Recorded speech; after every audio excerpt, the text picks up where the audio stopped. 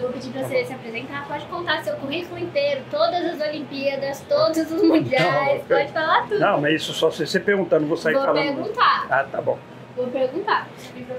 Boa. Nossa, eu tava esquecendo o microfone, será que eu tô ficando caduca? Boa, tá, já foi? Então, estamos aqui hoje para mais um Poder Equestre, hoje em parceria com a Sociedade Hípica Paulista, no CSW Londrina São Paulo Horse Show. Tô aqui com uma pessoa que dispensa apresentações, acho que todo mundo do hipismo devia conhecer ele, que eu tive o prazer de conhecê-lo, e hoje a gente vai falar sobre reconhecimento de percurso. Vitor Alves Teixeira. Bem-vindo, Vitor. Muito obrigado pela oportunidade, é um tema bastante interessante, eu acho que várias pessoas vão se interessar. Vitor, conta pra gente quem você é e o que você faz. Quando você começou a montar, como foi esse seu início no esporte? Bom, hoje eu sou um cavaleiro olímpico e comecei a montar em Brasília no ano de 1971. Em 72 já comecei a disputar os campeonatos brasileiros, disputei as categorias de mirim, júnior e todas as categorias de base. Depois, em 81, eu integrei uma equipe chamada Equipe Boa Vista, ou Atlântica Boa Vista, que foi uma equipe de 5 cavaleiros brasileiros que foram patrocinados a fazer uma gira pela Europa. Nessa turnê eu me destaquei junto com meus companheiros, sendo que os cinco cavaleiros integrantes dessa equipe, 4 foram olímpicos e 1 saltou o campeonato mundial. Legal. Então foi um trabalho muito importante que a CBH fez naquele momento e eu aproveitei muito essa oportunidade. Já em 82 fui parte da equipe do Brasil no Campeonato Mundial de Dublin, depois de 83 Pan-Americano de Caracas e em 84 minha primeira Olimpíada. Eu fiz parte de 3 Olimpíadas saltando e 5 Olimpíadas treinando. Hoje eu exerço também a função de treinador olímpico, eu treino a equipe da Argentina, tive presente nas últimas Olimpíadas treinando a equipe argentina. E aqui no Brasil eu sigo competindo, sigo acompanhando alguns cavaleiros, alguns alunos e montando também. Estou montando menos que gostaria, mas continuo montando e competindo. Vitor, eu acho que você é responsável pela formação de muitos cavaleiros aqui no Brasil. Várias pessoas que eu entrevistei, várias pessoas já falaram bem de você, das suas clínicas, do seu método.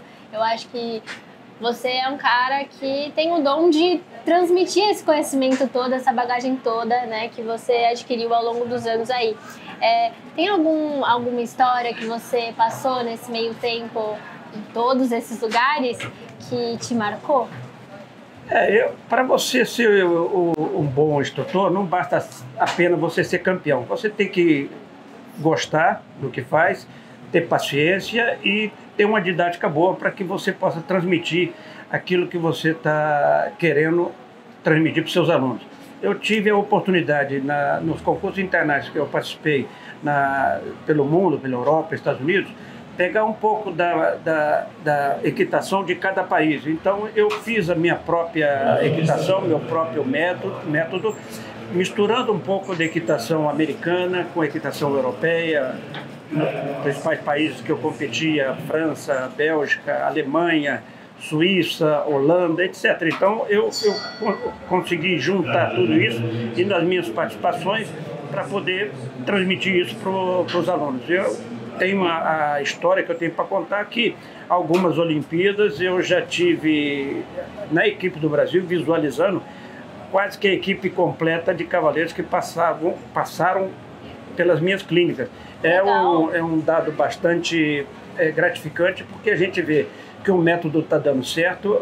Temos vários alunos hoje competindo a nível internacional, vários deles, inclusive, sendo professor e transmitindo para outras gerações aquilo que eles aprenderam. Então, isso é muito gratificante. Então, eu sigo transmitindo toda a experiência que a gente tem. O hipismo, a equitação, a gente não para de aprender. Cada concurso é uma experiência nova. Então, nessas últimas Olimpíadas, campeonatos mundiais, nos últimos Pan-Americanos, eu talvez seja o cavaleiro brasileiro ou sul-americano que teve maior possibilidade de estar presente em todos esses últimos concursos a nível mundial. Então, a gente vai acompanhando a evolução e a atualização do esporte. E como é que você teve a iniciativa da Go for Gold? Porque acho que foi um projeto pioneiro, né, de clínicas, algumas coisas assim, porque entrevistei o Cezinha e ele falou que era uma loucura. Eu vou te confessar que eu copiei de uma iniciativa que nós tivemos há anos atrás, um projeto também da Confederação Brasileira que fez uma seletiva no Brasil chamado Going for Gold. Então, ele patrocinou, essa iniciativa patrocinou todos os cavaleiros participantes da Olimpíada. Nós participamos das seletivas aqui em São Paulo, Rio de Janeiro, Belo Horizonte, enfim, Porto Alegre. Todas as seletivas eram todos pagos pela confederação, pelo projeto, o hotel, a inscrição e tudo mais. E nós saímos daquele projeto e fomos ouro no Pan-Americano. Então, isso, claro que nos anos 90, final de 80, anos 90. Então, eu gostei daquela forma com que foi feita o projeto. Nós fomos vitoriosos e levei esse nome e trago ele já há muitos anos, porque o nosso objetivo de todos os participantes é ganhar. E ganhar significa ganhar o ouro. Então nós vamos em busca do ouro. E eu, graças a Deus, consegui já várias vezes comigo mesmo e com meus alunos. Legal. E como é que foi a participação no Pan-Americano, nas Olimpíadas, pela equipe da Argentina? A equipe da Argentina, ela conseguiu a medalha de prata nos Jogos Pan-Americanos de Toronto. Não acontecia uma medalha pela equipe argentina há 46 anos. Nós fomos medalha de prata nos Jogos de Toronto, perdendo apenas para o Canadá.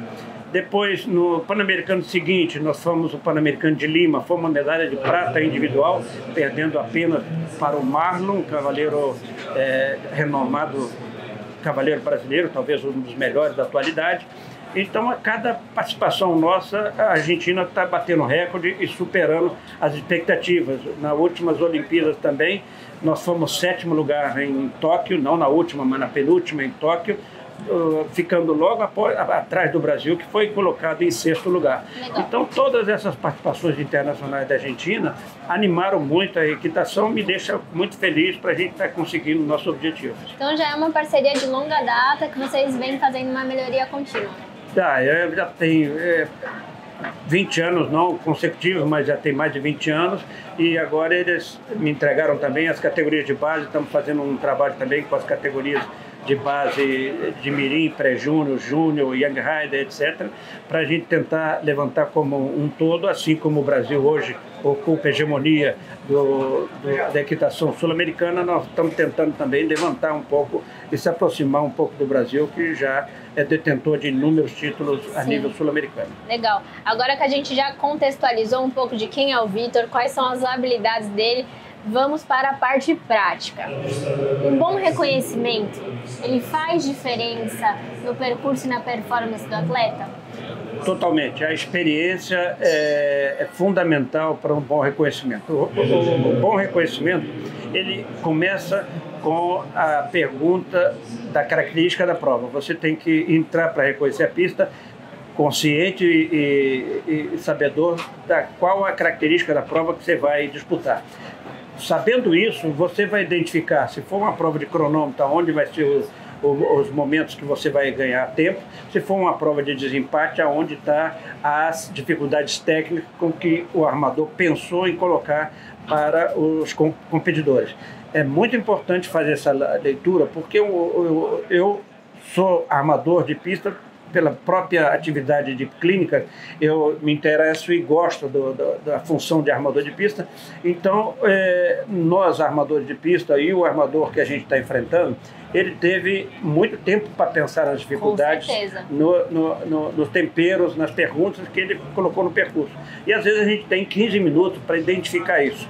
Então eu procuro passar isso para os alunos, procuro identificar na pista aquela dificuldade técnica, não a armadilha, como costumo dizer, mas a dificuldade técnica que o desenhador de pista buscou colocar e, na medida do possível, diminuir um pouco a dificuldade, porque sabedor da dificuldade, eu tenho mais chance de obter um bom resultado. Isso não me garante a vitória nem um bom resultado, porque nós sabemos que com o esporte é dois seres vivos, então eu vou depender muito da atitude do meu cavalo, da execução, do momento da prova, de toda a concentração para que eu possa render o máximo possível naquela competição. Mas eu sabendo todas essas informações, identificando previamente essas informações no percurso, eu vou ter menos trabalho e mais chance de sair vencedor. Legal. Então, o que eu preciso saber quando eu estou prestes a pisar na pista para fazer um reconhecimento? Primeira coisa que você precisa saber é escutar quem tem mais experiência, acreditar piamente no seu professor, porque ele certamente tem mais experiência e chance de identificar aquelas dificuldades, porque o cavaleiro já vem com uma carga emocional muito grande. Então, às vezes, ele fica no momento de nervosismo e não identifica ou se importa muito com determinada dificuldade que, na verdade, não chega a ser uma dificuldade. Então, o controle emocional ele é muito importante e a falta de controle emocional é transmitida para o cavalo. Você tem que saber que mesmo os campeões perdem mais do que ganham. E a gente tem que saber que a nossa vitória vai ser consequência de um bom trabalho, de um bom equilíbrio emocional e, logicamente, da qualidade e da capacidade do seu cavalo. Legal. Você falou uma coisa interessante, o cavaleiro ele traz muita carga emocional. Você acha que a parte do mental do cavaleiro interfere muito nessa hora já do reconhecimento? Totalmente. Às vezes o cavaleiro já entra nervoso no reconhecimento e continua nervoso lá fora na preparação para a prova e também na prova. Mas eu trabalho muito também essa parte emocional. Eu, graças a Deus, eu tive uma carreira onde eu pude aprender a viver muitas questões de pressão emocional. Eu consegui controlar a maioria das vezes. E a gente procura também fazer treinamentos e mostrar ao cavaleiro como ele deve ter o seu controle emocional. Mas uma das formas de ter o seu controle emocional é treinar bem em casa, porque quando chega na competição, aquilo tudo que está colocado na pista já deve ter quase sempre sido simulado em competições, em treinamentos em casa.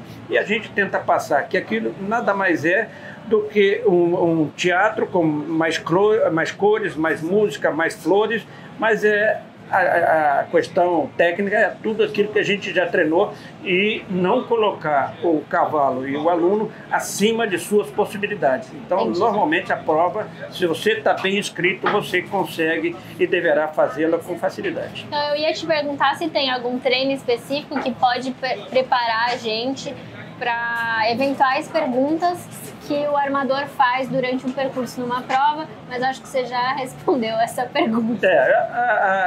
A questão do treino existe, cada pessoa tem seu método de treinamento. Eu procuro treinar de uma forma mais exigente, não em altura, mas de exigência técnica, para que quando a pessoa chegue num concurso, aquilo pareça fácil, porque ele já foi treinado em condições muito mais adversas e difíceis. Então essa é a minha maneira de ser, mostrar que a competição sempre deve ser mais fácil do que o treinamento. Claro que se o praticante conseguir ter o seu controle emocional. Isso você fala independente do nível da pessoa. Se a pessoa está escolinha, se a pessoa está saltando um grande prêmio. Independente do nível, a gente tem que, lógico, trabalhar para a característica da prova dela e para a categoria que ela vai disputar, mas todos os competidores têm um só objetivo: montar com segurança, montar sob controle e no final, se possível, sair vencedor. É isso aí. E a gente falou um pouco das perguntas. Eu vejo muitas dúvidas em relação a linhas quebradas, linhas difíceis. Como é que você abordaria isso num reconhecimento e também no treino em casa? Isso também foi treinado, mas na maioria das vezes essas linhas são as mais fáceis. Porque quando a linha é quebrada, ela te facilita, você pode adaptar a distância de acordo com o caminho que você vai escolher. Quando a linha é reta, às vezes é mais difícil. A dificuldade maior é quando o armador coloca distâncias difíceis e técnicas em linha reta. Quando ele me dá a oportunidade de escolher o caminho que eu posso seguir, às vezes uma característica difícil do meu cavalo, por exemplo, um galope muito grande, eu resolvo escolher um caminho exterior, um caminho mais longo. Então é apenas treinamento. A gente treina também e simula todas essas linhas que porventura a gente vai encontrar na prova. Não é possível simular tudo, porque a quantidade de diversificação de combinações, linhas e compostos é muito grande, mas na maioria das vezes a gente consegue simular quase tudo. Legal. E quais seriam as dicas mais importantes que você fala para essa turma que está entrando no indoor aqui para fazer um reconhecimento? Tem diferença fazer um reconhecimento num cadeiro indoor, que é menor, e numa pista aberta? Tem. A concentração aqui tem que ser maior, porque quando os obstáculos, a proximidade dos obstáculos, o próximo obstáculo vai vir cada vez mais rápido. Então, a concentração nesse 1 minuto ou 1 minuto e pouco que ele vai determinar, vai realizar seu percurso, a concentração tem que ser total. Às vezes, no primeiro dia, o cavalo se assusta ou se estranha a esse ambiente novo que ele não vive normalmente como a gente vive na Europa. Mas depois do primeiro dia, dando tempo para que o cavalo se adapte à sua realidade, à sua competição indoor, em princípio os resultados são melhores, porque o cavalo se concentra mais, o cavaleiro está mais concentrado, sabe que não tem margem de erro, é só a pessoa ter o controle emocional e do seu cavalo, que normalmente não acontece nada de grave. Eu acho que o concurso indoor é muito interessante porque ele exige isso e as pessoas terminam montando melhor do que começaram. Ah, eu imagino. Eu ouvi dizer uma vez que nos cadeiros indoor, se um cavaleiro ele tá na dúvida entre a distância longa ou a curta, possivelmente vai sair a curta. É verdade isso? E por quê?